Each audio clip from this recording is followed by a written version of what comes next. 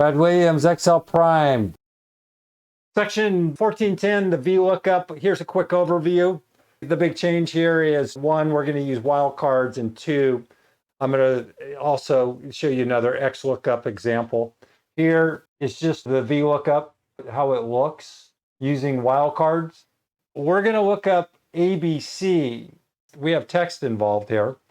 We're going to look up ABC, but what if ABC is surrounded by other stuff? Other stuff would be, in this case, C11 and then -11 and some other stuff. We can overcome that by using the asterisk sign. You do the same thing with the XLOOKUP. So let's get started here. What we want to do is find ABC in this range. And if we find it, we want the result. Here, we just use the eLookup. We have the wildcard and we also have another wildcard and. We have to put the ands in quotes and we need to concatenate it with E5. E5 is what? That's what we're trying to identify.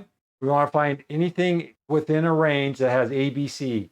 Remember the VLOOKUP? We're looking up ABC where B5 to C9.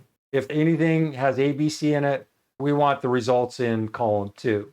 And you can see we found 44. If we want to use the XLOOKUP, we're going to do the exact same thing. Here, we just use name ranges. We have wildcard exactly as with VLOOKUP. We use code 352, which is the table array. We have the lookup value, which is the wildcard. We have the table array, which is code 352, which is this information right here. Then we have quantity 352, which is here. The next item we want says no match. We type in no match, column 2. What does no match mean? If we can't find anything in here, instead of putting if error here, we can just put no match. If we change this to ACC, notice what happens here in the VLOOKUP, not applicable. But over here, we note no match. To correct this in the VLOOKUP, hit Control Z. We can put an if error in here. If error, put a comma. If we want no match, we just type no match. Close the parentheses. If we put ACC, we get no match. Otherwise, it's the VLOOKUP and the XLOOKUP in summary.